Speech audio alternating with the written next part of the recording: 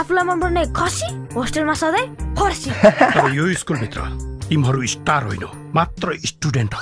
कस्तो राम्रो छ नि हाम्रो ठाउँ। तिमी जन्मेको ठाउँ राम्रो हुँदैन त? त्यो त हो। हेर्नु न अशोक दाजुलाई कस्तो थियो होइन, पहिला टङ्क बुढा थोकीले जब भेटाएको थियो अशोक दाजुलाई, मान्छेले भन्न त भनेका थिए 3 महिनापछि तिमीलाई छाड्छ भनेर। टङ्क बुढा थोकी पहिला मान्छेहरूले भन्थ्यो होइन, यसले अब यो बुढालाई बच्चालाई उठाएर अब यो भाइरल हुने भयो, यसले पैसा कमाउने भयो भनेर कति मान्छेहरूले पढ्नु सड्नु छैन। अब यिनीहरूलाई सेलिब्रिटीबाट स्टुडेन्ट कसरी बनाउने त्यो तपाईँको जिम्मा। यो धनले मैले फिस तिर्न नसकेको कुरा मेरो छोरीले थाहा नपाओस्।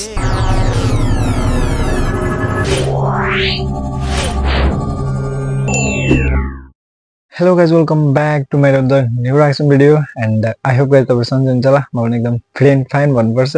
र आज मैले नेपाली मुभी मनबिनाको धान अफिसियल ट्रेलर आउट भइसकेको रहेछ अनि मैले त्यसको रियाक्ट गर्न गइरहेको छु। सो यो चाहिँ टङ्क बुढा थोकी प्रोडक्सनबाट आयो अनि टङ्क बुढा थोकीले नै बनाएको फिल्म भएर होइन, for the first time Ashok Darji main role भन्नाले उसको त्यो डेब्यू फिल्म होइन, for the first time Ashok Darji फिल्ममा डेब्यू गर्दैछ। र कस्तो छ के छ भन्ने कुरा अब हामीले मतलब ट्रेलरबाट पनि थाहा पाउन सकिन्छ। हेरेपछि इफ तपाईँले अलरेडी हेर्नुभएको छ भने तपाईँलाई अलरेडी थाहा भइसक्यो। इफ हेर्नुभएको छ भने मैसँग बसेर हेरिदिनु होला अनि कस्तो लाग्छ प्लिज कमेन्ट गर्नु होला। सो आई थिङ्क मेरो विचारमा चाहिँ यो होइन, अब अशोक दर्जी कुनै होला स्टोरी होइन, उसको त्यो पहिला पास्ट होइन कहाँदेखि आएको र अहिले के भयो भन्ने कुराको नै होला सन्दर्भमा मेबी। बट लेट्स सी, मैसँग बसेर हेरिदिउँ भने कस्तो लाग्छ थाहा भइहाल्छ। सो ढिला नगरी हामी रियाक्सन भिडियो जानेछौँ। लेट्स सी ढिला नगरी हामी रियाक्सन भिडियो जानेछौँ। टङ्क बुढा थोकी प्रोडक्सन।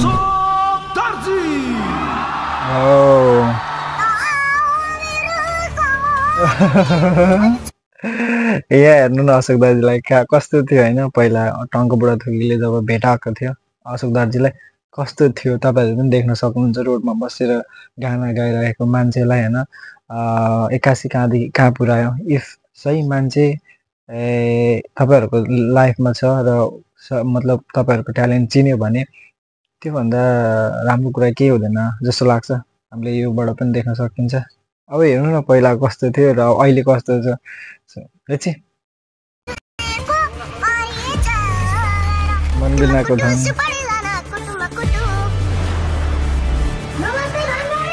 देख्नु त क्रेज कस्तो छ आमामा। मान्छेहरूको जिन्दगी कहिले पल्टिन्छ थाहा नै हुँदैन है।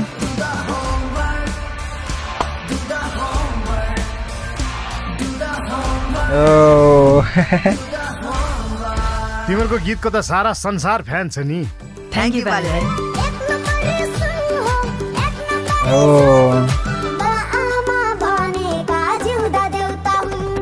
हामीले पनिसमेन्ट पाउने त चान्सै छैन। मैले ठ्याक्कै भुलेँ होइन, मतलब टङ्क बुढा थोकीको छोरा नै होला ऊ पनि।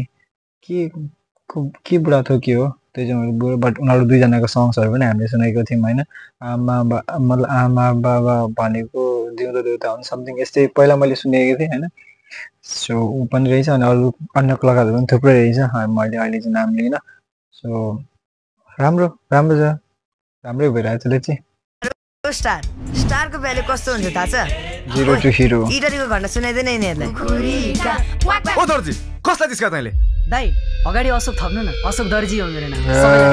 होइन केटाहरू, अशोक दर्जी हो नि गुरुबा, हामी दाजुभाइको सबै कुरा मिल्छ।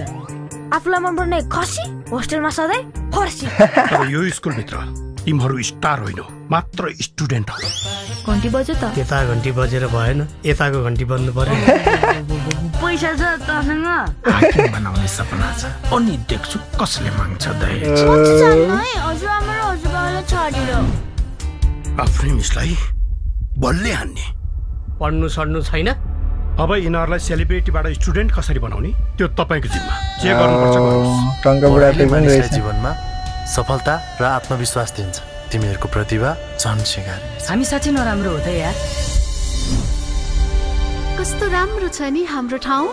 तिमी जन्मेको ठाउँ राम्रो हुँदैन त त्यो त हो के हो नाम यार म थुप्रै नयाँ नयाँहरू पनि रहेछ कलाकारहरू ठुलो रहेछ होइन त प्रमोद खरेलको पनि छ क्या सङ्ग चाहिँ छोरीले त छोडेर गइरहेछ त छोराको पनि छोरी त किन बस्ने हामीसँग यो धनले मैले खिस तिर्न नसकेको कुरा मेरो छोरीले थाहा नपाओस् ल ल ल अशोक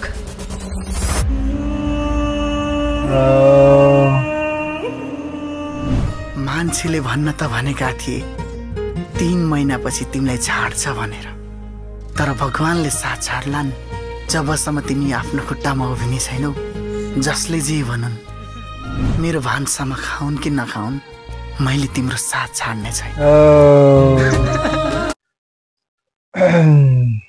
बवाल मलाई त्यही टेलर स्पेसली अब जो हैन अब जसले पहिलादेखि अशोक दाजुले चिनेको थियो अनि चिन्दै आएर अहिलेसम्म अशोक दाजु मतलब देख्नु भएको थियो उनीहरूलाई अलरेडी थाहा भइसक्यो कहाँदेखि कहाँ पुगेको छ भनेर कस्तो स्थितिदेखि कहाँसम्म कहाँ मतलब अशोक दाजु आयो भनेर सो एकदम राम्रो छ टेलर मलाई त राम्रो लाग्यो अनि अन्य कलाकार नयाँ नयाँ कलाकार पनि थुप्रै हुँदो रहेछ अनि अब मेन त यो अशोक दर्जीकै होइन स्टोरी पहिला उसको त्यो पास्ट स्टोरीहरूलाई लिएर बनाएको फिल्म होइन मलाई चाहिँ त्यस्तो लाग्यो भन्नाले पनि अब त्यस्तै त्यस्तै देखाएको छ अनि त्यस पछाडि स्कुलतिर होइन स्कुलतिर उसलाई पढाएको होइन स्कुलमा पढ्न पठाएकोदेखि लिएर अनि त्यहाँदेखि होस्टेलको कहानीहरू अनि अरू कहानी पनि बिचमा मिक्स गरेको रहेछ बट एकदम राम्रो लाग्यो मलाई पर्सनल्ली अनि हुन्छ नि अब हाम्रोमा जात भातलाई लिएर कति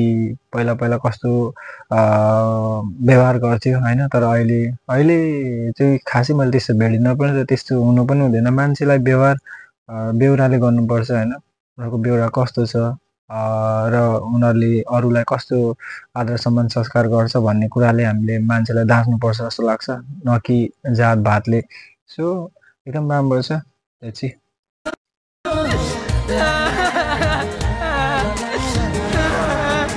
21 गते तिम्रो स्टार मात्रै होइन सुपर स्टार हो मन बिनाको धन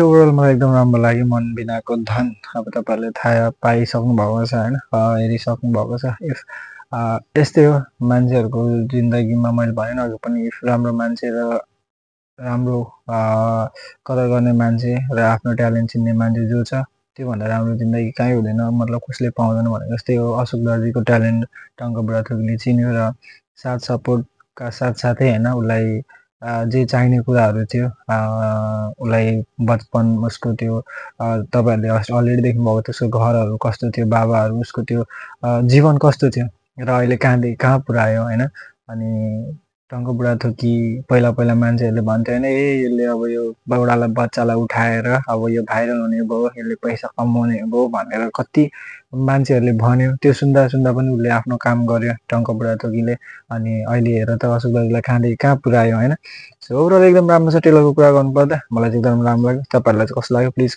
मलाई कमेन्ट गरेर भन्न सक्नुहुन्छ भन्दै हामी अर्को न्यू रिएक्सनमा भेट्न जान्छौँ त्यतिखेरको लागि बाइ बाइ